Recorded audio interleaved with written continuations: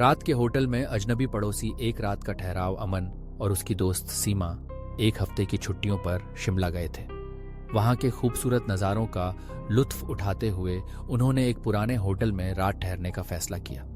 Hotel काफी सादा और शांत था, लेकिन उसकी पुरानी इमारत और सुनसान रास्ते से कुछ अजीब सा लग रहा था। सीमा ने कहा, यह होटल थोड़ा अजीब सा लग रहा है, क्या हम कहीं और नहीं ठहर सकते? अमन हंसते हुए बोला, कभी कभी पुराने होटलों में ही असली मजा आता है।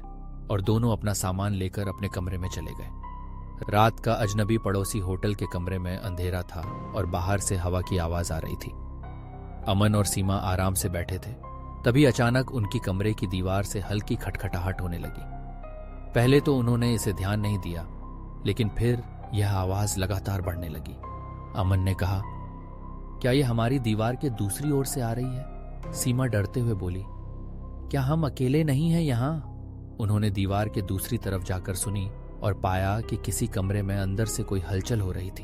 अमन ने सोचा कि यह शायद किसी और अतिथि का कमरा होगा, लेकिन यह आवाज उनके कमरे में आने के बाद भी लगातार सुनाई देती रही।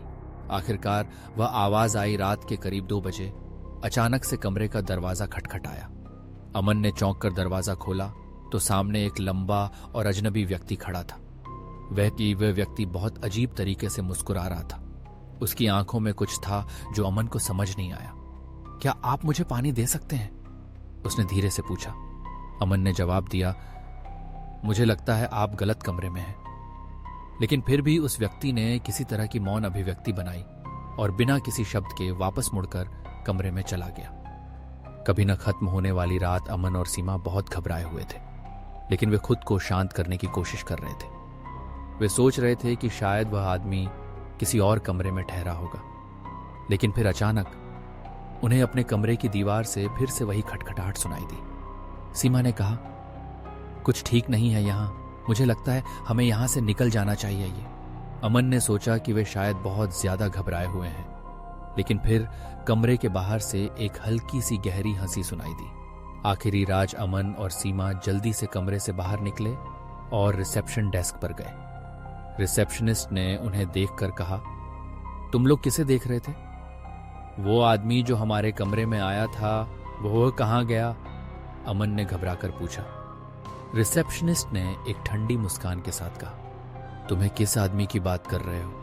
वह आदमी पिछले 10 साल से मरा हुआ है। वह हमारी पुरानी रिकॉर्ड्स में एक अजनबी अतिथि था जो कभी इस होटल में रुका था। सीमा की आंखें फैल गईं और अमन के हाथों से फोन गिर पड़ा। वह अजनबी व्यक्ति कभी इस होटल का अतिथि नहीं था। वह एक भूत था जिसका आत्मा अब भी इस होटल में बसा हुआ था। सच्चाई रात के उस भूतिया घटनाक्रम के बाद अमन और सीमा ने जल्दी ही होटल छोड़ दिया और शिमला के दूसरे हिस्से में चले गए। वे उस होटल के राज को हमेशा के लिए भूलने की कोशिश करते रहे, लेकिन कभी भी उस अजनबी और उसकी रहस्यमयी हंसी को नहीं भूल पाए। क्या आप कभी ऐसे होटल में रात बिताने की हिम्मत करेंगे?